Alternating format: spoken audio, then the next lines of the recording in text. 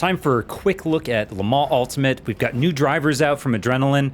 These are beta, you can find them as an optional download, and here are my graphics settings that I've picked. And I went with like esports medium graphics is what I'm calling this. If you're running triple screens, you would have multi-view selected. Scrolling down to the main settings, here's what I went with. This is a bit higher than my previous settings, but I'm sure some of you will even go deeper on the texture detail or player detail. I dropped visible vehicles to 10 to try and reduce some of the CPU burden, and I start the benchmark once my car is on the circuit. I decided to go with the Ferrari GTE around Monza. Seems like a decent combo. We're at the back of the pack, but we can't see the Hypers or LMP2s in front of us because of the draw cars. Time of day is 8 p.m. and it's normal weather. And then the benchmark ends after the end of the first lap. I kind of wait till we go past the pit lane because it's so dramatic, and then right there is when I kind of call it. And today's testing is basically a head-to-head between the 5070 Ti and the AMD 9070 XT.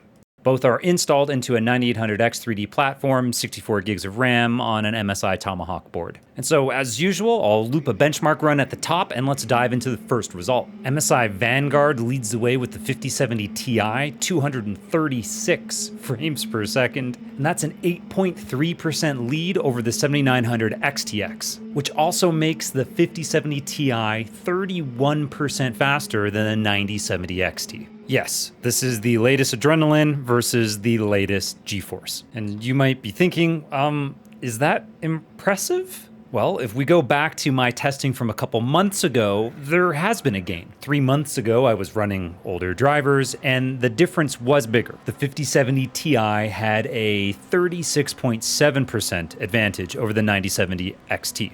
But this was a different benchmark. We were in prototypes at CODA. I also had issues with the GeForce drivers and these minimums that we see with the 5070 Ti, the 4080 Super, the 3080 Ti. Unfortunately, too many things have changed. I mean, I've updated my AMD chipset drivers, I'm on a different BIOS, Windows has gone through an update, and of course LMU has updated as well. So unfortunately, I just can't tell you why the minimums are better, but now they're normal. And with this newest benchmark on the newest drivers, we've actually seen the 7900 XTX slip a little bit. Before it was about 5% slower, now it's closer to 8% slower than a 5070 Ti.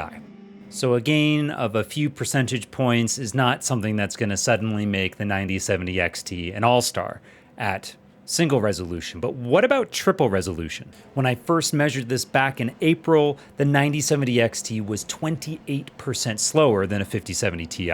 And back then, I also had those issues with the minimums on the top-end GeForce cards. So now let's look at today's results, the latest drivers, and what we get at triple 1440p. Unfortunately, for the 9070 XT, it's now 27% slower than a 5070 Ti. That's just a 1% difference and easily within the margin of error. And the 7900 XTX has also slipped behind a little as well. It was 10% slower, now it's 12% slower than a 5070 Ti.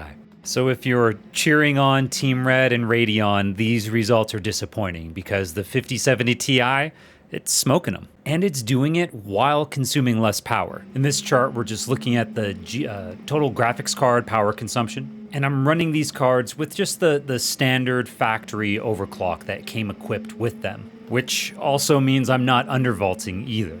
Regardless, the advantage of the 5070 Ti is pretty substantial. I mean, it's 100 less watts of power compared to the 7900 XTX.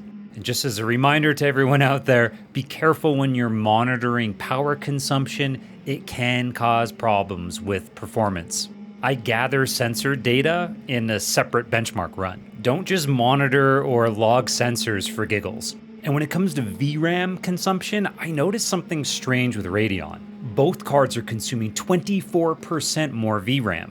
I mean, we're well within their total gigabyte limit, which is 16, or the max capacity for the 7900 XTX being 24 gigabytes, but the consumption's higher. And with these benchmark runs at single 4K, I saw the same difference. This is strange and I can't quite explain it. So please post your comments below, throw some ideas my way.